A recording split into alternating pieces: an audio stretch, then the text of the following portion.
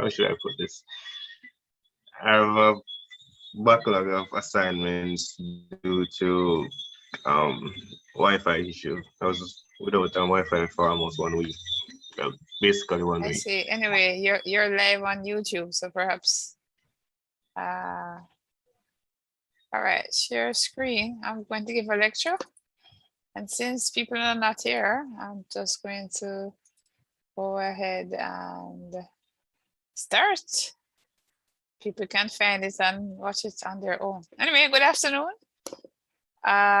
So today I'm going to be talking about the role of mindset training and digital literacy in tech startups. So this is really about 3 topics I'm going to be talking about. So I'm going to be talking about what are some of the approaches to entrepreneurship education, why mindset and mindset training matters, and does it make sense to think about digital literacy for a tech startup? That's pretty much the 3 things we're talking about today. And yeah, it's quite a lot of things to think about and ponder. So in this presentation, I use both scholarly literature as well as the common business magazines and the Harvard Business Review. So I actually pull from a number of different sources for the credibility of my source. So like from this now, this is from Harvard Business Review. So you may know that Harvard is one of the premier business schools, and they have a publication called the Harvard Business Review. And so they have an article that talks about, can entrepreneurship be taught in a class? And in that particular article, they talk about 3 different approaches, and they say that there are 2 approaches that are new research. So the old approach is traditional business school, which is, for example, Wharton Business School. That's where the previous president of the United States went, by the way. But it's actually a really good business school. So they talk about 2 other types. Well, one is Rotman's operating theater classroom, where essentially the startups are questioned in front of an audience of students by both the professors and people who are entrepreneurs. And the idea is like the professor is doing surgery on the actual tech startup or the startup. And there are 2 actual examples that you can go to and look at. And then there is the rewiring approach, where it is supposed to be a collaborative mindset where you're trying to be positive. And in this particular approach, it is not to focus so much on limiting the risk. It's to say, because people tend to ask themselves, what is so wrong? What is so wrong? It is to say, what could go right? So this rewiring is not just a focus on risk, but also to say there is risk, but can we go ahead anyway? And this is one example of that approach. And then we have the traditional approach. So the point is, in this class, in a sense, I think we're more focusing on this first approach. But part of what we're doing in the lectures today, in a sense, is like, can we rewire? Because that's mindset. So that's where we're going in the lecture today. So I looked up a lot of videos online today and see that really, in a sense, there's less videos on entrepreneurship that I can find that are really good and have lots of views than I would have thought. So for example, this video, which you can watch, has 3.4 million views. It has Bill Gates and many other people, 50 entrepreneurs, and it's been watched 3.4 million views from 6 years ago, 18 minutes long, 18.5 minutes long. There's this particular video that is 60 minutes long that has just over 400,000 views, which is about entrepreneurship mindset. And another one about thinking like an entrepreneur, which is over 100,000 views. So these are interesting things to think about because you are all thinking about being entrepreneurs. But we won't spend the time in class because you have access to this slideshow and you can certainly look at it. But the point is, people do say that is worth thinking about what others say, and in particular, thinking a certain way. So, an entrepreneur's mindset and the thinking how to think. That's definitely has been something people have been thinking about, especially for the last, say, about 5 years. So if you go back further than that, in my anecdotal experience, there would have been less writing and speaking about the importance. It's not that it wasn't important, just people weren't writing and talking about it as much. So, as with all things, lifelong learning matters. I don't know if you all don't know. You might have heard that you're coming to university to read for your degree. But the thing about it, if all you do is read for your degree and learn while you're here, not just get grades, and that's it, and you don't intend to learn for the rest of your life, you're going to be at a severe disadvantage if you choose to be whether an employee or a business owner of any kind. So there's actually research that was published 2 years ago that looks at the relationship between students, personality, their lifelong learning tendencies, and their intentions for entrepreneurship. And right now, we're not concerned about the personality characteristics. It actually showed that there is a mediating effect in this research project. You can look it up if you want. You can just read the abstract. You don't have to read the whole paper. That there's actually a relationship or a link between people who tend to want to do lifelong learning are more likely to be entrepreneurs. And it makes sense to me because how are you going to, business is changing. How are you going to be a successful business person if you are not interested in learning? I mean, there are many other skills that are important, but that's one of them. So in that context now of lifelong learning matters, one of the ways that people who are entrepreneurs do it is just read excellent magazines on entrepreneurship. And two of them that are published are Entrepreneurship Magazine and Forbes Magazine. And since I was looking for articles on mindset, these are 4 articles published in the last 5 years on mindset. And then I just pulled one example from Entrepreneurship Magazine and one from Forbes and took the key points, which is here now. So 11 mindset traits of successful entrepreneurs are that, according to this author, I think this is in 2020 or is it 2021? It's a recent article. The ability to maintain a positive attitude, the openness to anything, this curiosity of a child, so to speak, this is of adults. Persuasion is really natural. Creativity, you are self-motivated, resilience and tenacity, take ownership for everything that happens in your business, you're receptive to change and to anything that happens, you have a passion for win-win, because that's what a business is about, to continue and help other people, and you have ability to walk in another man's shoes metaphorically, because a business is really about solving other people's problems. Not about, even it could be that by solving your problem, you have a problem and you realize that other people have that problem, but at the end of it, usually there is a need to pivot, and that pivoting is, in a sense, the point number 11. So this is an interesting article you can read at your leisure.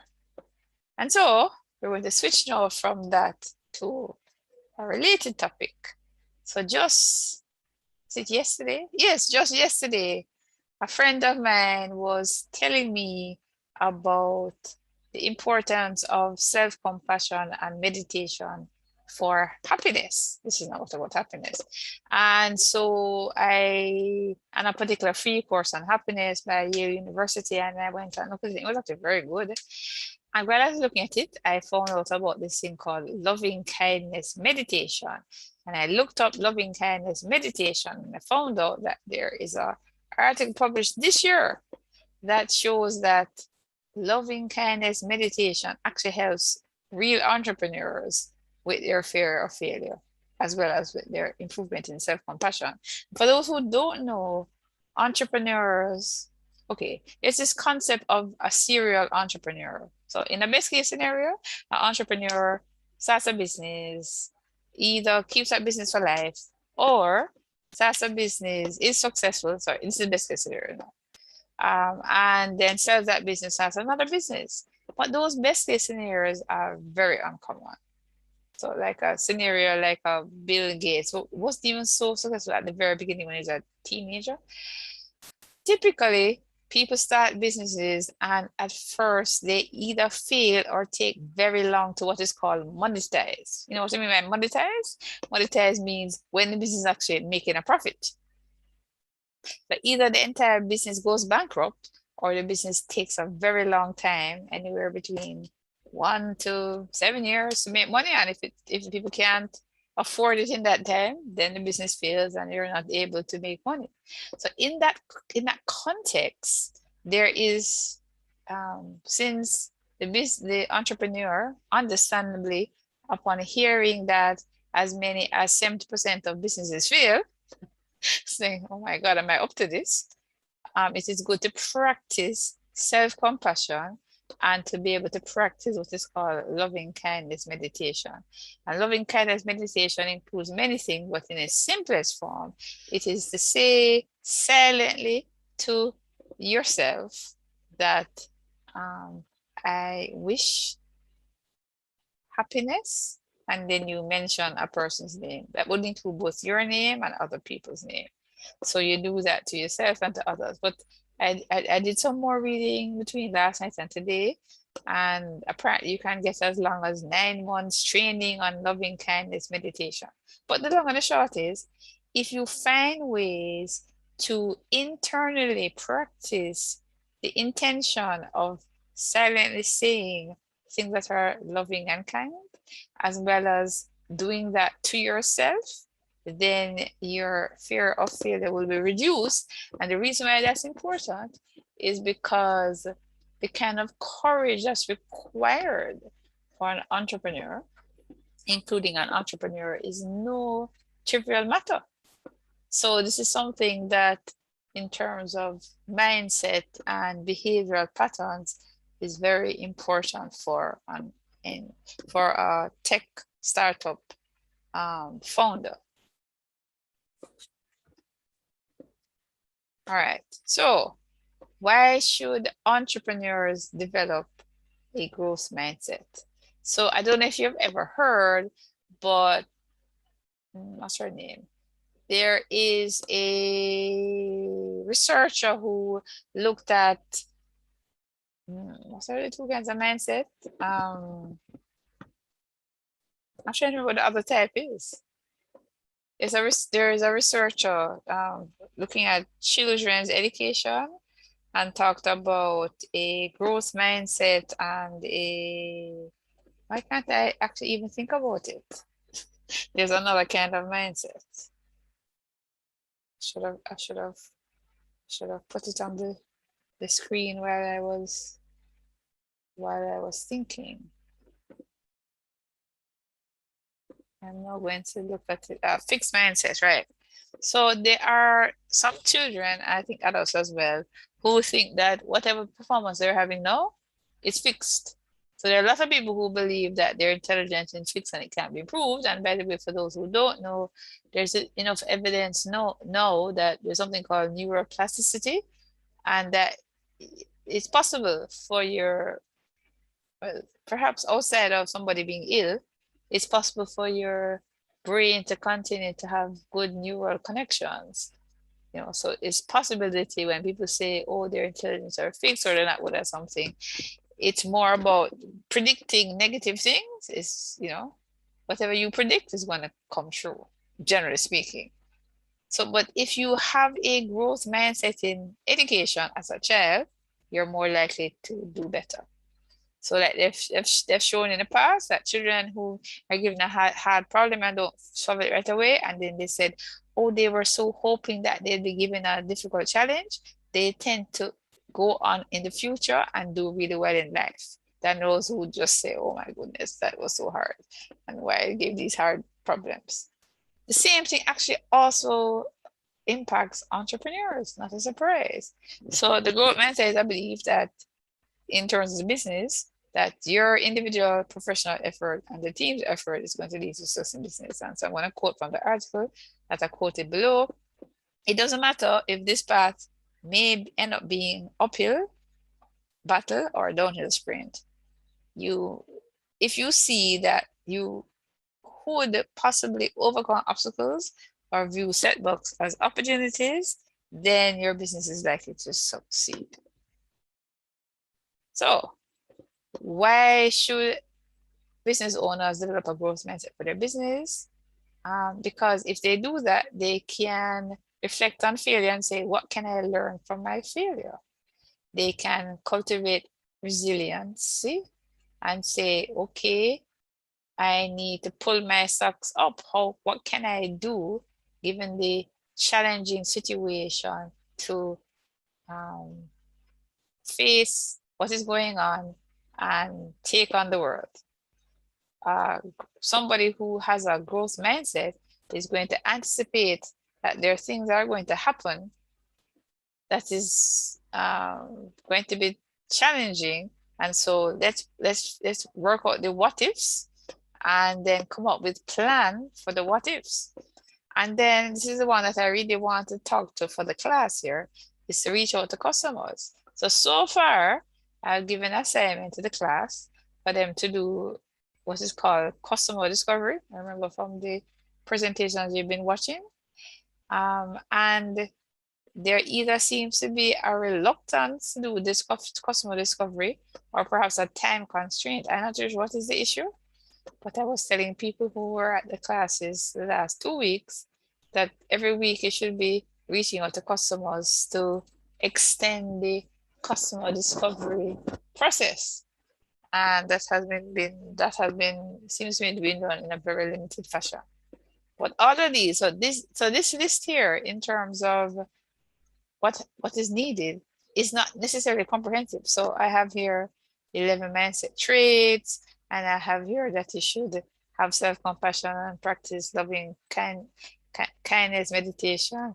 I have on this list here that these are 5 things. If you look on those other articles, they could have other things. And it's not necessarily the case that every one of these things that everybody needs, because it could be that Denzel, who is here in the class, could be a extremely successful entrepreneur in the future, and maybe he doesn't need to practice loving kindness meditation because it's sort of intrinsic to who he is as a person. Who knows? It could be that Faith is going to be an excellent entrepreneur going forward, and she's just naturally creative, like I am very naturally creative.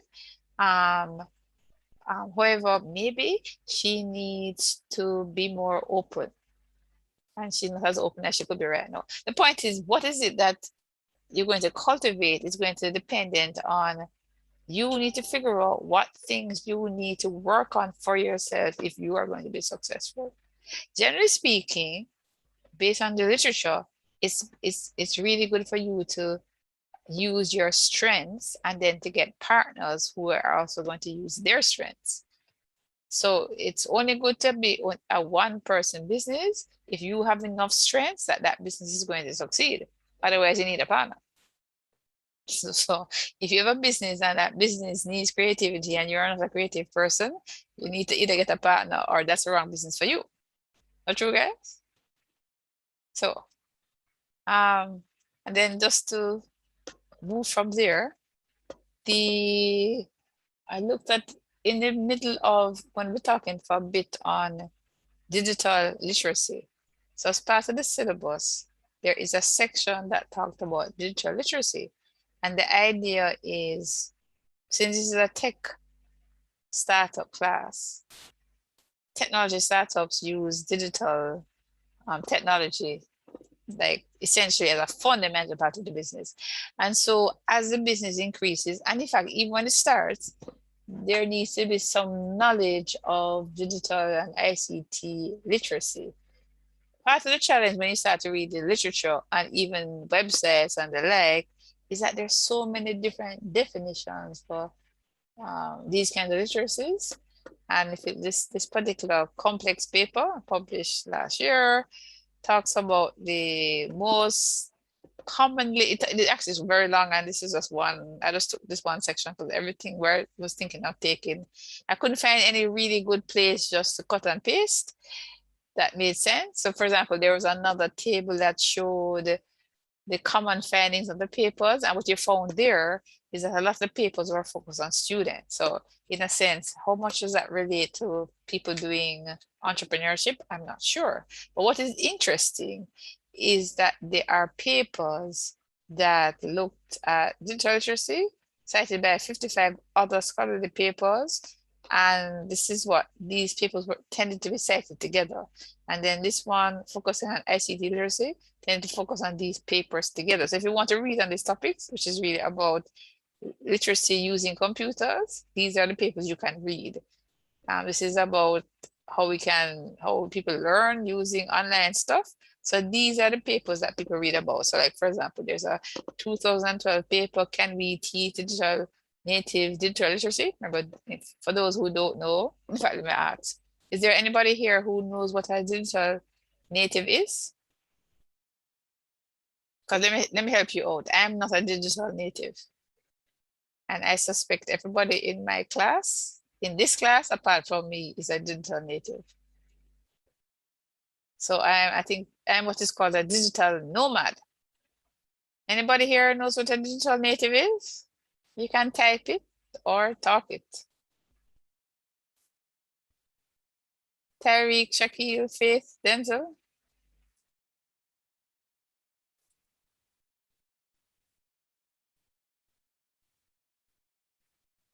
Well, actually nobody has. Miss Mary, Yes? I think that it's a generation of people that grew up in the era of technology. Yeah, well, it's not a generation, because I have to know at this point it's not several generations. It's anybody who was born with computers or digital technologies around them. So yeah, so that's not me. I actually remember when my father bought a personal computer, and it's not that he bought it, because when he bought it, almost nobody had a personal computer, so it's not that we didn't have one because we were poor. Yeah, I'm a digital nomad.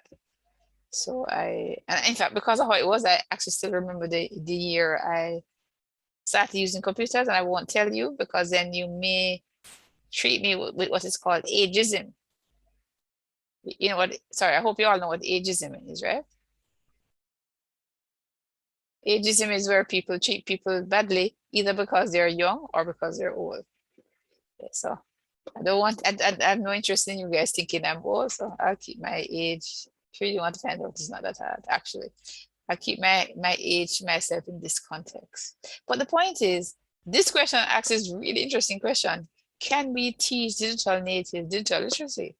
And the thing is, a lot of digital natives actually clearly know a lot of digital skills sort of seamlessly, but do they know all of them? And in fact, in the context of a entrepreneurial venture, do they know all the things that they need to know?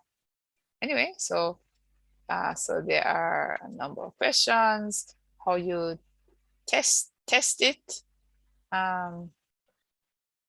This is something about chemistry and smoking and literacy. Anyways, and this is Neil Postman, who is somebody who is very famous on media literacy. So the point is, there is a number of articles on this. Right. So this article is very complicated. You can read it at your discretion if you care to. But let's just be more simple. So what in the world is digital literacy? Well, I like what Doug Balsaw had to say in his TED Talk. He said that you can kind of look at digital literacy, but it's just like regular literacy, like regular numerical literacy and regular, what's the other one? The reading literacy, whatever the right word for that is. They're actually a continuum. They're not precise. And then he talks about we should talk about literacy beyond just the elegant consumption of stuff that we get on digital devices. And then he has an interesting little thing on memes, which we're going to watch in a second. And he sensibly mentions, which makes so much sense to me, that digital literacies change over time. They not only have changed, they will change. And let me be predictive with some high level of confidence. They will continue to change for at least the next 100 years. I mean, I could be wrong, but I doubt it. So the thing is, if you have a business and part of your business does marketing, digital marketing, you're going to need to know the digital literacies, even if you hire digital marketing persons, because as the founder, you need to know about what is going on so you can make sure that the business is making good decisions. Yes. And just by the way, if we look back at this article, which I didn't go into all of it, there is, let's say, even say we decide to go digital literacy equal, ICT literacy equal. So information literacy tends to be used for people who do library studies. So library studies tend to also be called information system studies or information studies, I don't know. So you can normally equate this equal that depending on which paper you're reading, but media literacy is something different. So you can look at this YouTube video, but the short is media literacy is, can you look at things being created by the media, both the traditional media like TV and radio, as well as the non-traditional media like social media, and be able to evaluate if the information is correct. It is maybe more than that, but that's essentially what media literacy is. So like, there's a whole series of instructional videos about that. And I actually like this is kind of focused on children, and you can watch about it, not part of this class, but if you're just kind of curious, if you're interested, and this is number 4, but you can watch a whole series. I don't remember how many there are in the series. But most importantly, the reason why you're very unlikely to find a whole set of videos that says, here are digital literacies 101, 102, 103, is because digital literacy is changing over time. And as such, we can't just have, here are all the free or paid classes that will give you a comprehensive knowledge of digital literacy. But we're going to go back, I'm in class. We're going to go back to digital, we're going to go back to this video in a bit. I'm going to come back to it when I finish the presentation. So there are types of digital literacy. So I was saying to you earlier, this information specialist is not the computing information specialist. It's really the specialist for library studies. So if you think about people in libraries, they need to be able to help people who come into libraries, which are not the students. Anybody who comes into the library, whether it's virtual or face-to-face, with how to find and evaluate information, how to use the tools that can get that information, and both of these are important. More and more these days, these two tend to be, especially by the time we get to university, both of these two, as in information skills and information tools, tend to be at a higher level. I guess the problem, based on my experience, is that a lot of students are not so good at synthesis and interpretation.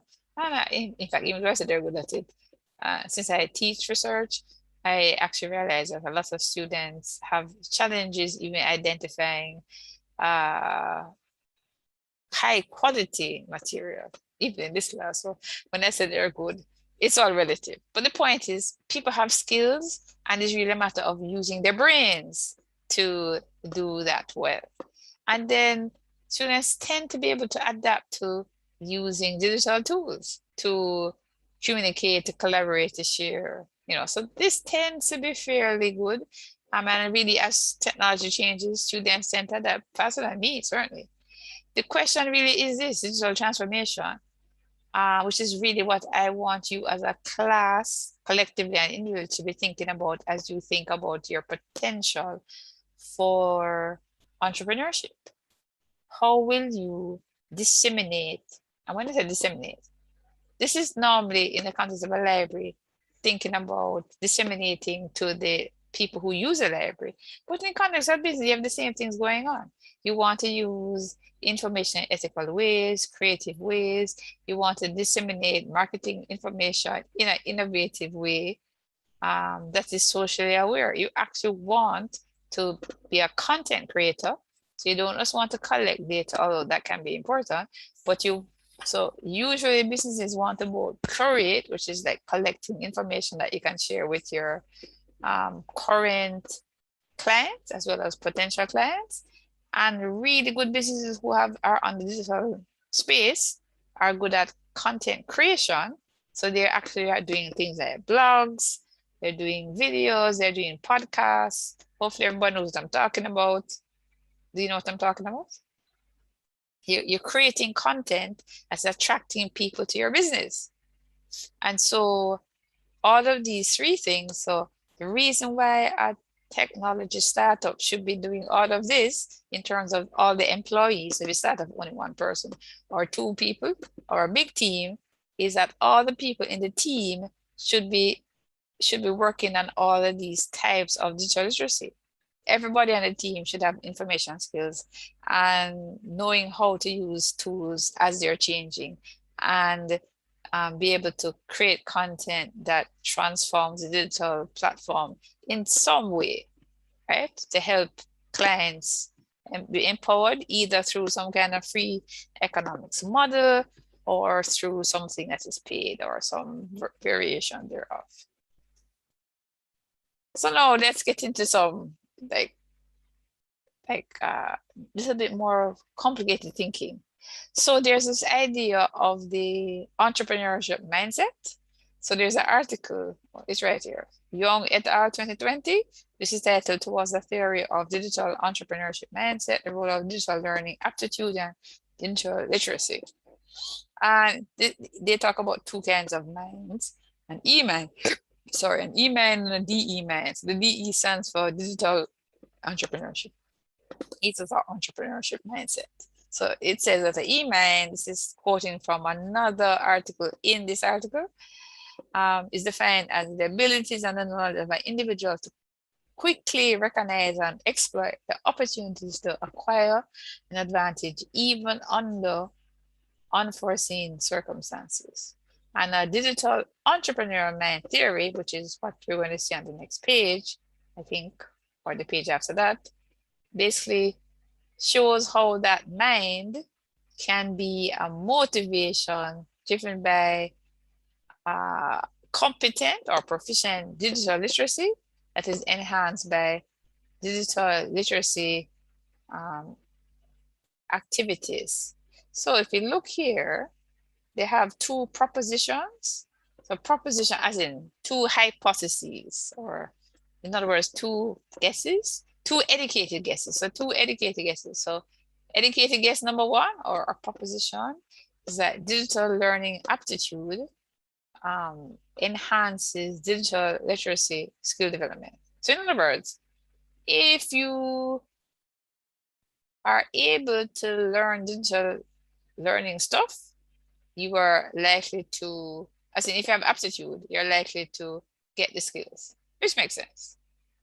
And so clearly people who should be getting into this space are people who tend to have good skills. This seems to me like obvious number one.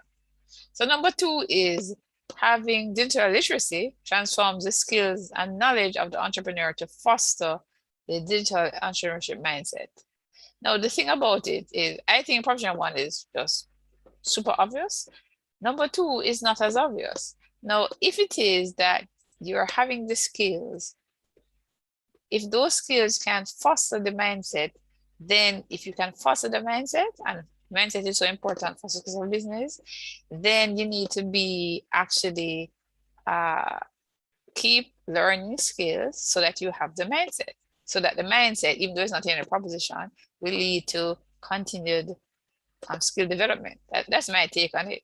So here's now the diagram that comes in the paper. So in the same paper here, they have this, oh, I should have put it on the page. Anyway, the same diagram is in that paper. It shows that there's 3 concepts. The digital learning aptitude, which consists of 4 things: openness, adaptability, risk aptitude, and initiative, leads, according to proposition 1, to digital literacy, which is technical literacy, cognitive literacy, socio-emotional literacy, which then leads to the digital entrepreneurship mindset, which consists of elaborating mindset, implementing mindset, compulsiveness, and alertness. And you can read about all of them. We don't really have enough time today to like unpack each of these concepts. But the point is, if it's a case that digital learning, digital literacy, and digital entrepreneurship are so important, if you're going to have a digital business, this is at least something worth exploring from time to time. So there's a definition of all 3 of them. So digital entrepreneurship mindset is a set of attitudes that will recognize opportunities that will acquire an advantage in the digital economy. That's certainly something that's worth doing. So I think this is something worth doing because this means that your business is going to be successful. And in fact, you will continue to see more opportunity. Digital literacy is having people who can, which could be you, use tools to basically identify, manage, and integrate resources to create things of social or economic value. Literacy is clearly important, and it's not just technical. You must have the brain power, the cognitive literacy, and there is an interaction online that is socio-emotional that is important online for success. All of these 3 things are part of digital literacy.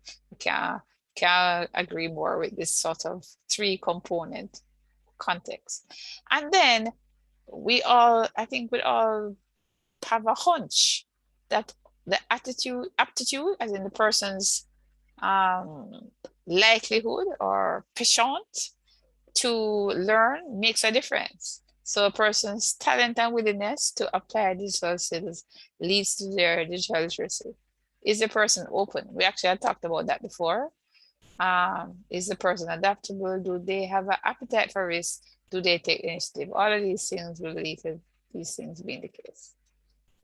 These are the references for my talk. So in fact, those are just the references for the academic papers. I actually had references to entrepreneurial, to the entrepreneurial paper, to 2 magazines, Forbes and what is it called? Entrepreneur earlier, which I didn't put in that reference list.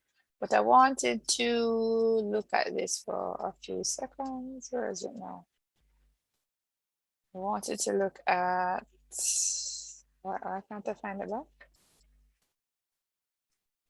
Yes, no, yes. I want to start at 5:15.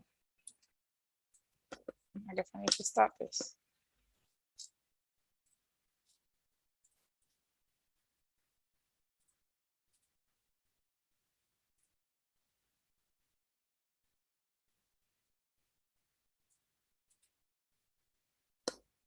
At 15.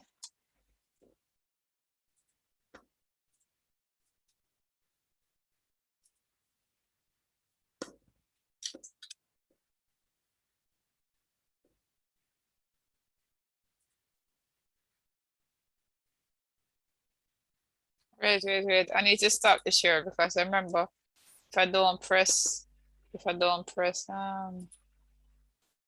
share sound, it's not going to share anything. Share. No, please. If you can hear this sound, can you? Sorry, it's not. Can you hear the sound now? Yes, Commissioner. Okay, good. Then I wanted to go to 5:15 because this man talks way too much. I'm not listening to all of you. I think it's right here. Not. Yes. So really all that was just a prelude to what I really want to talk about today, which is the work I've been doing for the last 6 years on my doctoral thesis. But I wanted to mention all that kind of procedural and behavioral stuff because what I'm going to talk about from here depends upon all of that. So I want to talk about Success Kid, Lolcat, and Casual Pepper Spray Cop today. They're all examples of memes, and if you haven't seen a meme before, it's an idea, behavior, or style that spreads from person to person within a culture. So let me tell you the story of a meme. On the 26th of August 2007, Flickr user Lenny G took this photo of her son Sammy on the beach. She made it public and put it on a photo stream, and it soon was being emailed and added to social networks. That expression's fantastic, isn't it? So fairly soon it was being remixed by people. People are adding text and images into this, and it became known as Success Kid. And there was a whole Russian news group dedicated to just remixing this image one after another after another. Then somebody took that image and cut it out and started putting in other images. But the meme really took off when it started going on meme generator sites like QuickMeme. On these sites, the barrier to getting started is significantly lowered because all you have to do is add some text and it does the rest for you. So you get some wonderful examples like this. But my favorite, because I've got a 5-year-old son, my favorite one is this one.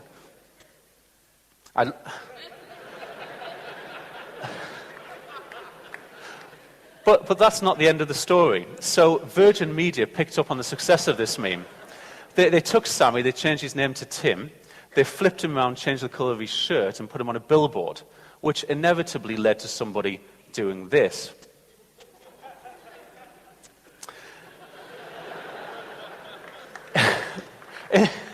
In the end, though, Sorry, I just hope did you guys get this? Gets face on Virgin Media billboard. So Virgin Media is a big company, you know. And then it says exposes a company that supports copyright legislation. So this is a company that's into intellectual property, and this says that they are violating copyright. Which in other words, you're saying that they caught them like red-handed doing the wrong thing. In the end, though, everything was okay. Lenny G cleared everything up. She said that Virgin Media did pay for the use of the photo, so everything's okay. Never in a million years could she have imagined all this would happen that day at the beach when she took that photo. I'm sort of in shock that it's gone from Flickr to meme to Virgin Media billboards in London. And in fact, it will also soon appear in vitamin water commercials in the US. So a really long story of a meme there. So memes are like genes. They kind of go viral. And this is not only possible today, but it's getting easier. Usually when people talk about memes, they often cite things like lolcats. Now lolcats is just literally a picture of a cat with some text or a caption next to it. And these are all over the internet. Basically, there's more cats than people on the internet, I'm sure. But this isn't a new idea, putting a picture of a cat with some text next to it. These have been going around for years. This is a lolcat from 1905. It's a cat in a dress in a chair with a caption, "What's delaying my dinner?" Well, that was obviously hilarious 100 years ago. So this isn't new. We have an idea, we use a tool to realize our idea, then we communicate in some way. It's just that communicating stuff is a lot easier than it used to be. So if you imagine in 1905 how hard it was to create a lolcat, you'd have to physically take the picture and develop it. You'd have to add the caption, and then you'd have to send it to somebody else through the post. Now, unless you were some kind of newspaper editor, the number of people you could impact was going to be quite small. If you contrast that with QuickMeme, then a few clicks of the button and you can remix this stuff and send it to loads of people, thousands of people, almost instantaneously. So that word I just mentioned there, remix, I think that's really important. In fact, I think it's so important, I think it's right at the heart of digital literacies. It's kind of at the other end of the spectrum to that elegant consumption I was talking about earlier. I mentioned Mozilla just back there. Mozilla are the people behind Firefox. You might recognize that logo. They're doing some fantastic work at the moment around learning. And they talk about creating a generation of web makers. they've got this tool called Hackosaurus. And it has these X-ray goggles. And what you do is you can see behind the web, and you can see how you can remix it using HTML. I think Mozilla understand that digital literacy is a condition. It's not a threshold. It affects your identity, because every time you're given a new tool, it gives you a different way of impacting upon the world. I'm going to stop right there on this particular video.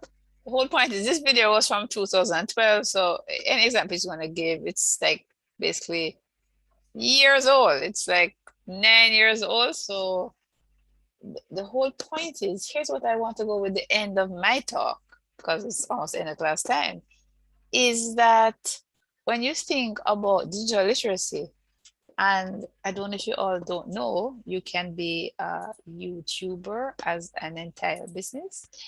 I don't know, how could you not know that you could be write an ebook and turn into an entrepreneur, that meaning it's like you write the ebook, and then that if your ebook is popular enough, that could lead to all kind of ventures, even online. Let's just stick to the online ventures. So depending what the ebook is about, you could sell products that's related to your book. You could have opportunities to speak on that. There are so many ways. I'll just give 2 examples. Let's go to one more. What would be one more thing? And let's just go to what I see many Jamaicans seem to be doing. Let's go to the social networking side. So whether it's the Instagram or the others, where people have literal real products, physical products that they're selling. And I guess it seems as if most of them is by delivery.